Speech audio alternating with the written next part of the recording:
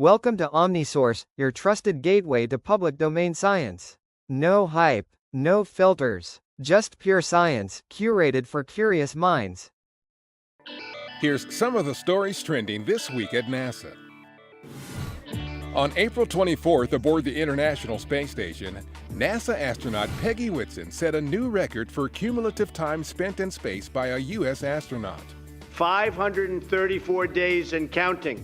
President Donald Trump marked the milestone with a call from the Oval Office with first daughter Ivanka Trump and NASA astronaut Kate Rubins to the station, where Whitson was joined by NASA's Jack Fisher. That's an incredible record to break.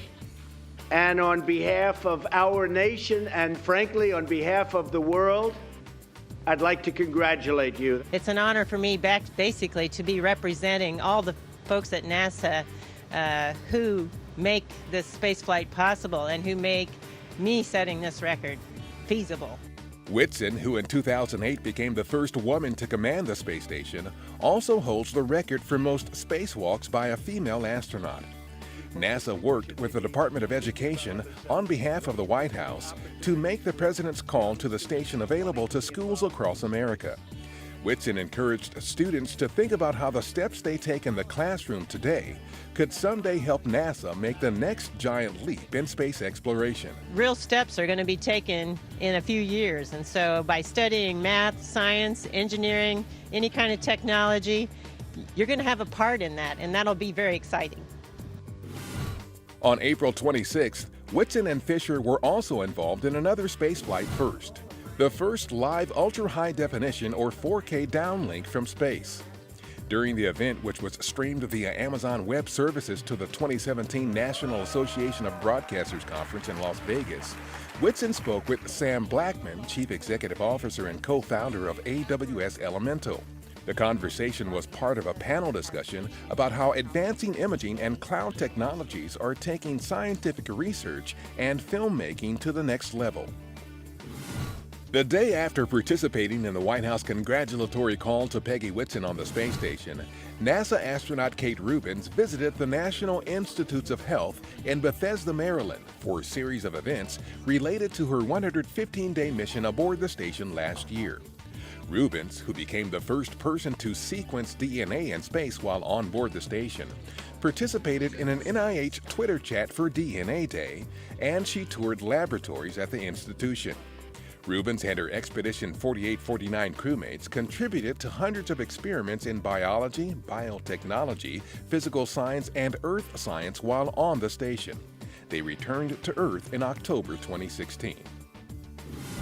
On April 26th, NASA's Cassini spacecraft made its first dive through the narrow gap between Saturn and its rings.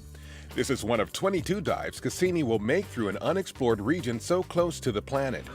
During the risky maneuvers, the spacecraft is expected to gather unprecedented scientific data that might reveal new details about the planet and its system.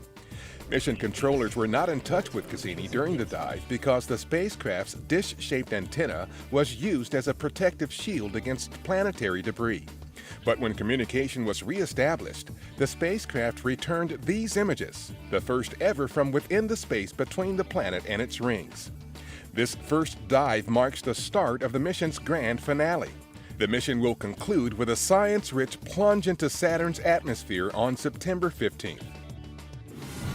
NASA scientists participated in the 2017 Astrobiology Science Conference April 24th through 28th in Mesa, Arizona. NASA held a town hall meeting to solicit feedback from the astrobiology community about a recent report on the potential science value of a lander concept for a mission to Jupiter's icy moon Europa. The conference is a forum to present the latest findings and perspectives on topics ranging from the origins and evolution of life on Earth to the search for habitable environments and life in our solar system and beyond. And that's what's up this week at NASA. For more on these and other stories, follow us on social media and visit www.nasa.gov/twan.